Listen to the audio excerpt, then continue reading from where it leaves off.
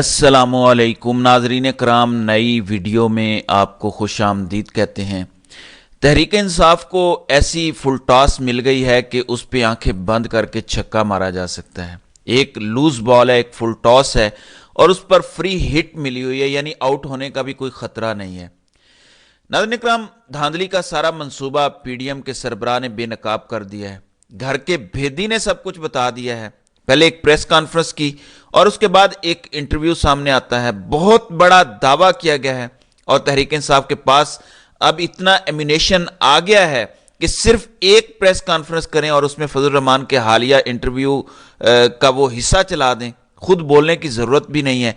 अगर डर गए हैं कि एस्टेब्लिशमेंट कहीं मार ना दे, कत्ल ना कर दे, गायब ना कर दे, लीडर आपका जेल में बैठा हुआ है, 31 साल की उसको जेल हुई है, वो नहीं डर रहा, लेकिन आप डरे हुए हैं। अगर डर गए हैं, 180 सीटें आपको अवाम ने दी हैं और जिनकी कोई सीट नहीं है उन्होंने एहतजाज के लिए ऐलान कर दिए हैं। ये ज़रा सुनते जाएं कि फजल रहमान ने क्या बात की है और ये बहुत बड़ी बात है। ये आगे जाकर बहुत ज़्यादा इम्पैक्ट डालेगी।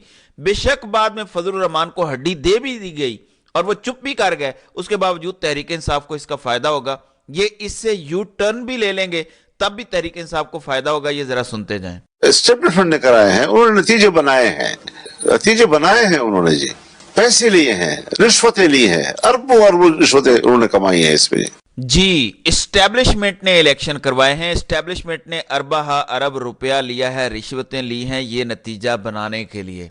यानी फजल रहमान बुनियादी तौर पर ये इल्ज़ाम लगा रहे हैं कि नवाज शरीफ ने एस्टेब्लिशमेंट को अरब रुपया देकर ये इलेक्शन खरीदा है और अभी ये खरीदो फरोख्त यहाँ ख़त्म नहीं हुई, बल्कि तहरीक इंसाफ के जो आज़ाद उम्मीदवार जीते हैं उन्हें खरीदा जा रहा है। अनलिमिटेड बोली है, 30 करोड़, 70 करोड़, 1 अरब, इससे ऊपर बात जा रही है।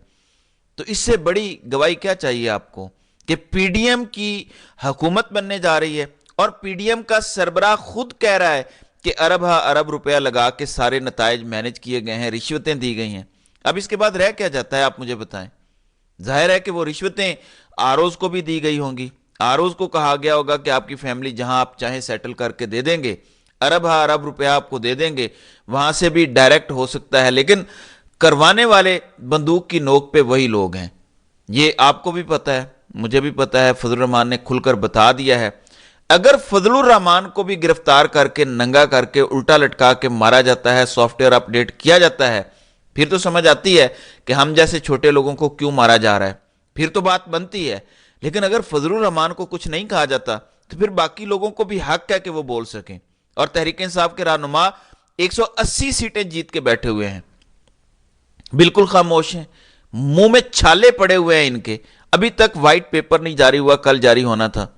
इनसे एक प्रेस कॉन्फ्रेंस नहीं हुई जिसमें आके बताएं कि ये किसने सब कुछ किया है। कभी इल्जाम किसी पे, कभी किसी पे।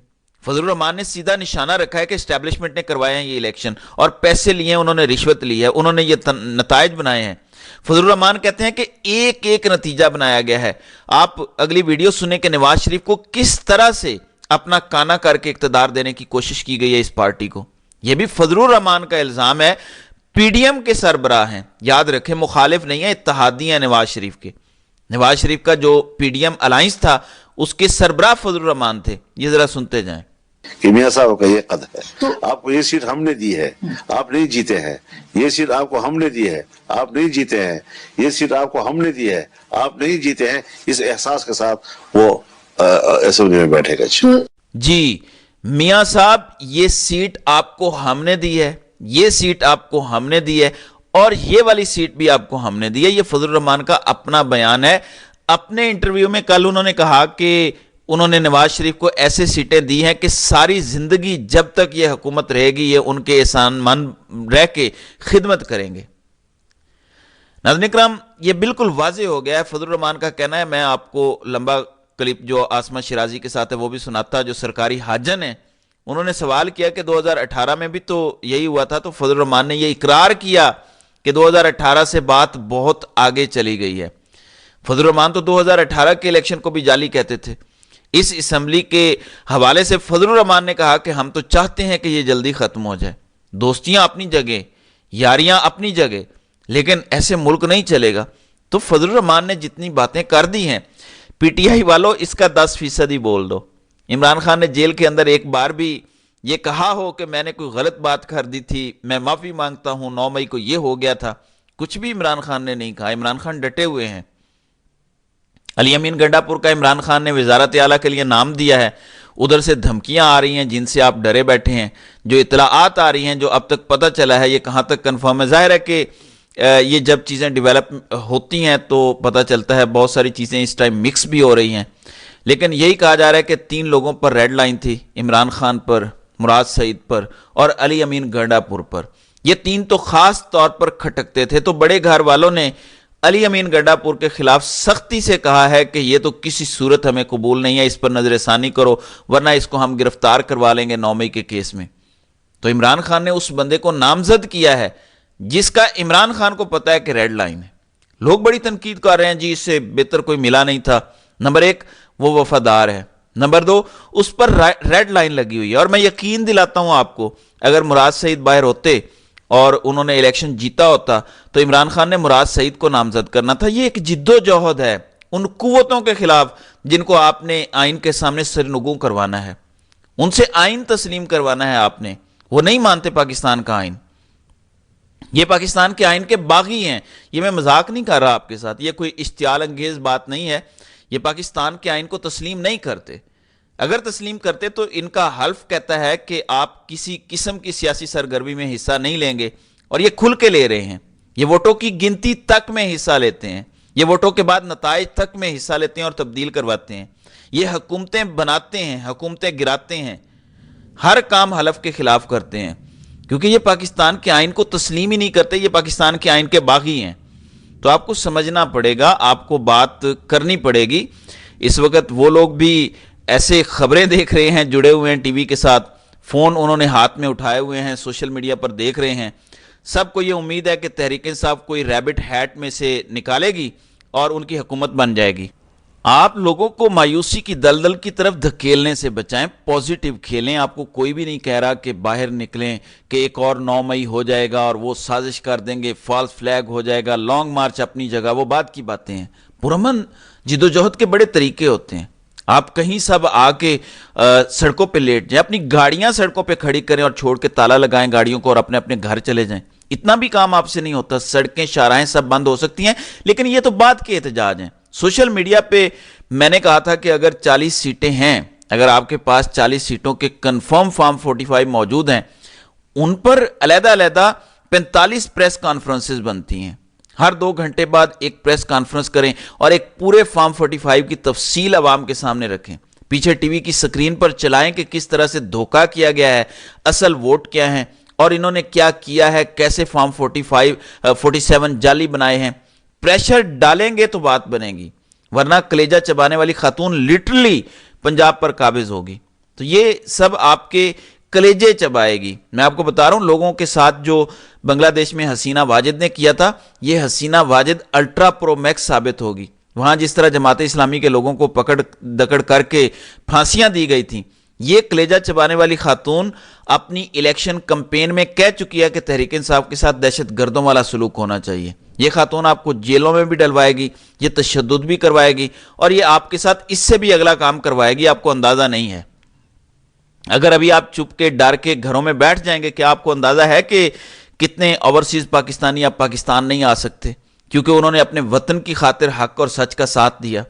کتنوں کے نام بلیک لسٹ میں ڈالے ہوئے ہیں، کسی کا پاسپورٹ کینسل ہو گیا، کسی کے والدین کی قبریں ہیں پاکستان میں، کسی کے والدین زندہ ہیں، وہ ان سے ملنے نہیں آ سکتے. آپ کو اندازہ ہے کہ کتنی قربانیاں دی ہیں لوگوں نے اپنے کاروبار تباہ کر لیے، اپنی فیملیز تباہ کر لی. لوگ چھپ کے بیٹھے ہوئے ہیں ابھی تک. کب تک چھپے رہیں گے وہ؟ لیکن یہاں کچھ لوگ مصلحت کا شکار ہیں کہ کچھ بول دیا تو وہ ناراض ہو جائیں گے. وہ ناراض نہیں ہیں، ان کے اقتدار کا مسئلہ ہے. وہ اس پر قبضہ رکھنا چاہتے ہیں. اگر یہی رکھنا ہے تو پھر عمران خان بیچارے کو جو جیل ہوئی ہے اسے جواب دے دو. وہ مایوس ہونے والا نہیں ہے. سب اسے جواب دے دو کہ ہم سے نہیں ہوتا یہ سب، ہم نہیں یہ لڑائی لڑ سکتے، آپ خود لڑیں. وہ اکیلا بھی اللہ پہ توکل کر کے لڑ لے گا، آپ کی ضرورت نہیں ہے. لیکن پریٹینڈ تو نہ کرو یار، بات کرو.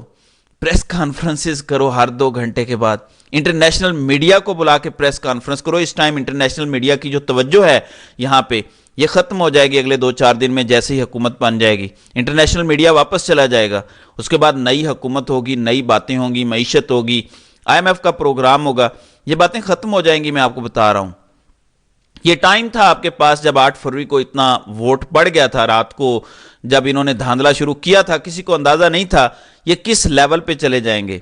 अगर इमरान खान बाहर होते, मैं आपको यकीन दिलाता हूं, उन्होंने रात को ऐसी प्रेस कॉन्फ्रेंस करनी थी, इनको ऐसी वार्निंग देनी थी कि इन्होंने अपने सारे प्लान रद्दी की टोकरी में फेंक देने थे और पीछे हट जाना था। लेकिन बाहर वाले लोग कॉम्प्रोमाइज़ करने का हर वक्त ख्याल रखते हैं कि शायद मैंडेट मिल जाएगा तो वो मान जाएंगे, शायद इस तरह से हमारे हालात बेहतर हो जाएंगे, शायद वो भी पीछे हट जाएं। वो पीछे नहीं हटने वाले। 76 साल से वो इक़्तिदार पर काबिज हैं, उन्होंने कब्जा अपना बरकरार रखना है, वो नहीं पीछे हटने वाले। उनको अवाम की ताकत के साथ हटाया जाएगा पीछे। पाकिस्तान की 80% अवाम आपके साथ खड़ी है, 20 करोड़ लोग कम से कम आपके साथ खड़े हैं, 3 करोड़ से ज्यादा वोट आपको पड़ा है। आपको डर किस चीज का है, मुझे ये समझा दें। जिस तरह असद उमर छोड़ गए, फवाद चौधरी ने छोड़ा, ऐसे ही बहुत सारे लोग जो छोड़ गए हैं। अगर ये उस वक्त छोड़ के ना जाते तो यकीन माने उसके बाद लोगों के घरों को ना तोड़ा जाता, ना माओ बहनों की इज्जतों पर हाथ डलता। इसको ब्रेक लगाई जा सकती थी। तब कुछ लोग बुज़दिल निकल आए जिसकी वजह से सारा जुल्म और जबर हुआ। सब डट के खड़े हो जाते, कहते कि जो करना है करो, मारना है मारो, हमें लटकाना लटकाओ, हम पीछे नहीं हटने वाले। लेकिन जब उन्होंने यलगार किया तो ये सारे चूहों की तरह डर के भाग गए। अब चूहा बनने का वक्त नहीं है, चूहा बनोगे तो पछताओगे। फजलुर रहमान ने जितनी हिम्मत दिखाई है अपने एक पाव गोश्त के लिए, आपका तो नजरिया कितना बड़ा है। इसलिए कानून के अंदर रहते हुए कुछ कर गुजरें, यही वक्त है जो फिर कभी वापस नहीं आएगा। तो नाज़रीन कराम, आपकी इस वीडियो के हवाले से क्या राय है? आप अपनी राय का इजहार कमेंट सेक्शन में ज़रूर कीजिएगा।